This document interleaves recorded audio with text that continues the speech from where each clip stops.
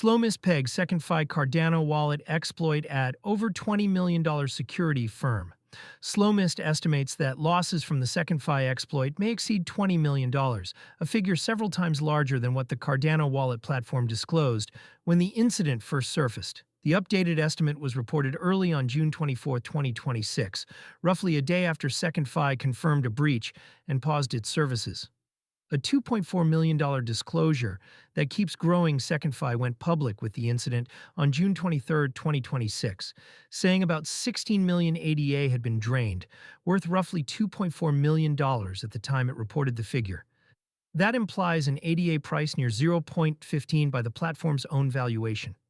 On-chain trackers counted around 178 affected wallets, with some community tallies putting the ADA loss closer to 12 million, alongside an unclear mix of native tokens and NFTs. SlowMist's $20 million estimate sits well above that initial number. The two figures are not directly comparable. The early disclosure focused on ADA, while a full accounting has to price every token and NFT pulled from the compromised wallets, and the count of affected addresses can rise as analysts trace funds. For now, the gap stands as an open conflict between the platform's first statement and an external security firm's wider read. Anyone following the story should treat the loss as a range, from the confirmed $2.4 million in ADA up towards SlowMist's $20 million plus, rather than a settled number. The breach landed in a soft market. As of June 24, 2026, Bitcoin traded near 63,013, down 1.7% on the day, with Ether around 1,676, off 3.2%, and the Fear and Greed Index at 20, in fear territory. A drained wallet feels heavier when the assets inside it are already falling. The flaw sat in wallet generation, not the chain. SecondFi said the problem was confined to its native Cardano web wallet generation software. In plain terms, the code that created wallets for users produced keys that were not safe. Blink Labs, a Cardano developer, warned that wallets generated through the affected flow should be treated as compromised. If the generation process is predictable or leaks entropy, an attacker can reconstruct the private keys without ever phishing the user.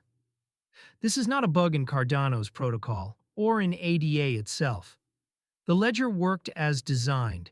It dutifully recorded transfers signed with keys the attacker could derive. The single point of failure was the tooling one company used to mint those keys. SecondFi has not published the full technical mechanism, and community members have pressed for clarity on whether mobile apps, the browser extension, or the transaction signing path were involved.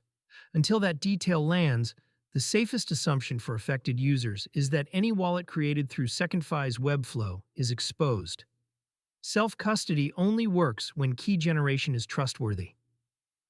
SecondFi markets itself as a self-custody platform, the kind where users hold their own keys rather than handing assets to an exchange. That model removes the counterparty risk that sank custodial failures like FTX. It does not remove every risk. A self-custody wallet is only as strong as the software that generates and stores its keys, and here that software was the weak link. The lesson carries beyond one wallet. Anyone choosing self-custody options, whether a standalone wallet or a crypto card that spends straight from a personal wallet, is trusting the provider's key handling, even when no third party ever holds the balance. Your keys, your coins assumes the keys were generated cleanly in the first place. When the generator is flawed, control over the seed phrase offers no protection, because the attacker can arrive at the same seed independently. Open source, audited key generation, and hardware-based signing exist precisely to close that gap. Cardano's core team step in SecondFi disabled front-end access, entered maintenance mode, and took a snapshot of balances as a reference point for any future remediation. The company said it coordinated with ecosystem partners including Input-Output and the Cardano Foundation, completed an on-chain analysis, and began an independent technical review with an outside security firm. It also warned users about a wave of follow-on scams, repeating that its staff will never ask for a seed phrase or private key. Compensation remains the open question. SecondFi has said details will follow, but committed to no specific plan, amount, or timeline. With SlowMist's estimate now pointing past $20 million, the The size of any make-whole effort and whether the platform can fund it will decide how this ends for the affected wallet holders.